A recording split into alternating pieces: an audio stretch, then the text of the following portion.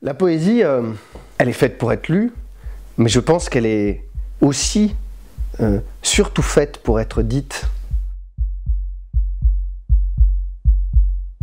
Il m'arrive de perdre soudain tout le fil de ma vie. Je me demande, assis dans quelque coin de l'univers, près d'un café fumant et noir, devant des morceaux polis de métal, au milieu des allées et venues de grandes femmes douces, par quel chemin de la folie j'échoue enfin sous cette arche, ce qu'est au vrai ce pont qu'ils ont nommé le ciel. J'aime beaucoup Aragon. J'ai été accompagné, bercé par les musiques de Ferré, de Ferrat, enfant, quand il les mettait en musique. Donc je trouvais que ça prenait tout son sens de réentendre Aragon d'une autre manière, que Florent les chante, Aragon, les mêmes chansons qu'ont chanté Ferré et Ferrat, par exemple. Ça m'amusait beaucoup. Et je me suis dit, ça va être intéressant, les gens vont redécouvrir la poésie. Oh mon jardin d'eau fraîche et d'ombre, ma danse d'être, mon cœur sombre, mon ciel, des étoiles sans nombre. Après, pareil, de prendre des poèmes qu'on a l'habitude d'écouter que chanter, tout d'un coup que je les dise, c'était ça. C'est venu comme ça. Alors, je saisis en moi l'occasionnel. Je saisis tout à coup comment je me dépasse. L'occasionnel, c'est moi. Et cette proposition formée, je ris à la mémoire de toute l'activité humaine. C'est à ce point, sans doute, qu'il y aurait de la grandeur à mourir.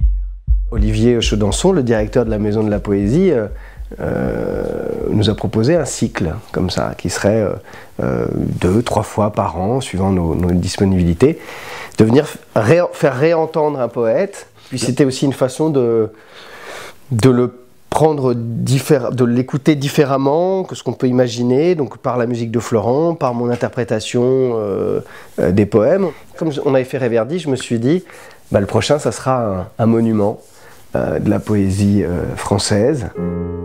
Quand j'ai cessé de feindre et de ricaner pour être moi-même au toucher de ta main, prenez ces livres de mon âme, ouvrez-les partout. N'importe où. Brisez-les pour mieux en comprendre, et le parfum et le secret. Je pense qu'il y a une musicalité chez les grands poètes, et c'est pas pour rien que souvent on les met en musique, comme Ferré a pu le faire sur Apollinaire, sur Baudelaire, Rimbaud, extraordinaire. Aragon, c'est pas forcément ses poèmes politiques que je trouve les plus intéressants, ses poèmes de résistance. Oui, extrêmement. Ces poèmes sur par exemple, le Dachau, qu'on dit, qui est absolument nécessaire, bouleversant. Nul ne réveillera cette nuit les dormeurs. Ton corps n'est plus le chien qui rôde et qui ramasse dans l'ordure ce qui peut lui faire un repas. Et moi, l'acte premier, il est juste d'être un passeur des mots, d'émotions, entre le poète et le public. Voilà, je me suis fait plaisir parce que j'ai pris les poèmes que je pensais, d'abord, que je voulais que les gens entendent. Je me suis fait ma playlist.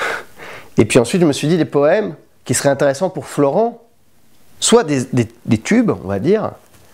Est-ce ainsi que les hommes vivent? On l'a tous en tête. Ben Florent, il le fait différemment. Et c'est ça que je voulais réentendre, pour le coup, pour revenir sur l'intitulé du spectacle, relire Aragon.